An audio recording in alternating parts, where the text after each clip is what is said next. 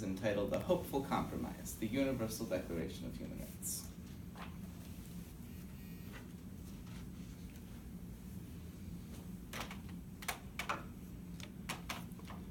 Franklin Roosevelt, 1945. For the past 3 years, this nation has been an active partner in the world's greatest war against human slavery.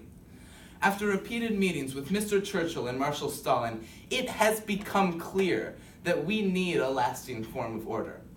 We propose the creation of an international organization that will not only keep peace between nations, but also attend to human rights issues. Up until this point, there has been this mindset that what a country does to their citizens is their business. Is it not time to abolish this idea after seeing what the Nazis of Germany have done? Peace cannot be secured unless human rights are respected. Following World War II, 51 countries joined together to form the United Nations, a worldwide organization with the goal of creating and maintaining international order. As a response to wartime atrocities such as the Holocaust, the UN created the Human Rights Commission, led by Eleanor Roosevelt. They were tasked with developing a statement of fundamental human rights. There are many conflicts in the drafting of this statement due to the large variety of viewpoints. The resulting Universal Declaration of Human Rights reflected compromises on all sides and was adopted by the UN General Assembly on December 10, 1948. This declaration became the basis for future international treaties and laws and put a new emphasis on human rights that remains relevant today. In June of 1945, shortly before the end of World War II, representatives from 51 countries met in San Francisco. They drafted the United Nations Charter, a document which outlined the goals of the new organization. One of these representatives was Carlos Romulo from the Philippines. As a representative from one of the smaller countries at the meeting, it was important to make sure that our voice was heard. We were very insistent about the inclusion of human rights in the Charter. Someone had to hold these large powers accountable for their abuses. Although we were met with resistance, our campaign was successful, and the Charter states the desire to promote the realization of human rights for all, without distinction as to race, sex, language, or religion. This was a radical challenge to the status quo, an explicit statement that human rights belong to everyone. The Charter was adopted on June 26, 1945, and came into effect later that year, after the war ended. Following Franklin Roosevelt's death, the president became Harry Truman. I wanted to keep the prestige of the Roosevelt name associated with my administration, so I appointed Eleanor Roosevelt to be representative to the United Nations. Although there were some that opposed my decision because of her progressive views, I knew that her past political activism and work as First Lady would make her well suited for the position. Eleanor Roosevelt was assigned to the Human Rights Commission, of which she was the unanimously elected chairman.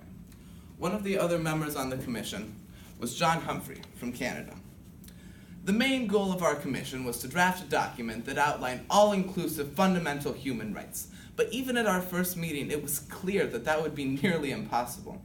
With so many different cultures and viewpoints to include, I didn't think we'd be able to hold a civilized conversation, let alone tackle the enormous issue that was human rights.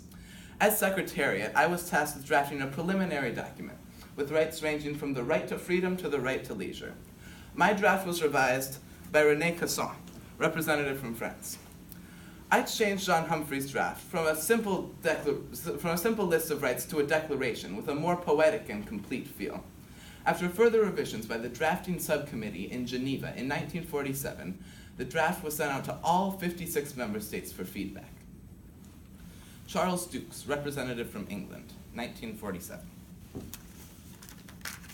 We have received so many responses, not just from our member states, but from philosophers, religious leaders, artists, scores of people who have seen the declaration. Look at this. Mahatma Gandhi, Benedetto Croce, Aldous Huxley, all sending input and revisions for the declaration. There is no way we can accommodate all of these conflicting opinions. Right to movement, Soviets won't like that. Right to marry, right to religion, that'll be a problem with Saudi Arabia. This fellow, Chung Shu Lo, says that in his culture, the concept of human rights doesn't even exist. How can we write an aspirational declaration for the world if the world can't agree on what is right? After many meetings by the Commission, the draft was approved for its final stage of revision, the Third Committee of the General Assembly. Chosen to lead these discussions was Charles Malik from Lebanon. This could have easily been the end of the declaration. The committee felt the need to debate every word in it, as if we hadn't done that already. Some of the more heated debates, however, did not even pertain to the words in the declaration. Implementation was on everybody's mind, and there was no clear solution in sight. How could we enforce such a document? The statements were too vague, too broad. I think that this made our progress on reviewing the declaration especially slow. It took us a week just to go over the first article, and we only changed a single word. At this rate, it would take us several more months to get through it all. Well, after a few days of this, I brought in my stopwatch. Each person got 1 minute to share their thoughts, and then they were done. After the introduction of my stopwatch, we got into a steady pace of about an article a day. Of course, there was still much conflict and debate, especially with Alexander Bogomolov, representative from the Soviet Union. People say that I was against the declaration because of the freedom of movement right, but that's not true. The declaration just did not take a strong enough stance against Nazism and fascism. Many of my Soviet colleagues and I wanted anti-discrimination policies in each and every line of the declaration. Despite our lack of success in this regard, after 81 meetings by the committee, the draft was finally approved for submission to the General Assembly. At 4 minutes before midnight, on December 10th, 1948, the General Assembly finally cast their votes. 48 in favor, 8 abstained, 0 against. And although the Soviet Union and the other 7 nations that abstained weren't satisfied with the final declaration, none of us were completely against it. We all knew that this was history being made. I think that Hernán Santa Cruz, the representative from Chile, captured the moment best. I perceived clearly that I was participating in a truly historic event in which a consensus had been reached as to the supreme value of a human person, a value that did not originate in the decision of a worldly power, but rather in the fact of existing. In the Great Hall there was an atmosphere of genuine solidarity and brotherhood among men and women from all latitudes, the likes of which I had not seen in any international setting. Immediately following its adoption, the Declaration received mixed responses. The BBC deemed it the century's greatest achievement. On the other hand, there was Frankie Holman, president of the American Bar Association. The Universal Declaration of Human Rights is a manifesto on pink paper that will have little to no effect. Every country that signed that document has violated at least one of its rights. The meaningless and nebulous language that comprises the Declaration could never be enforced, and even if it could, it would promote communism and state socialism throughout the world. Many of the criticisms regarding a lack of enforcement were addressed by subsequent treaties and laws that put into effect the tenets outlined in the Declaration, such as the International Covenant on Civil and Political Rights and the International Covenant on Economic, Social, and Cultural Rights. Those 2 covenants, along with the Universal Declaration of Human Rights, comprise the International Bill of Human Rights, which has become the basis of international law at the United Nations. The UN has also sponsored treaties that expand on the rights outlined in the Declaration, treaties that prohibit torture and protect the rights of children. The Declaration has even shifted the focus of international law from preventing wars to protecting the individual, most evident in the creation of the European Court of Human Rights. The Declaration has been published in over 300 languages, making it the most translated document in the world.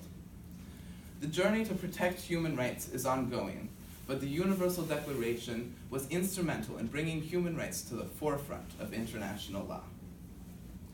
Ban Ki-moon, UN Secretary General, 2011.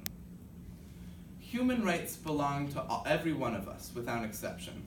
But unless we know them, unless we demand they be respected, unless we defend our right to exercise them, they will just be words.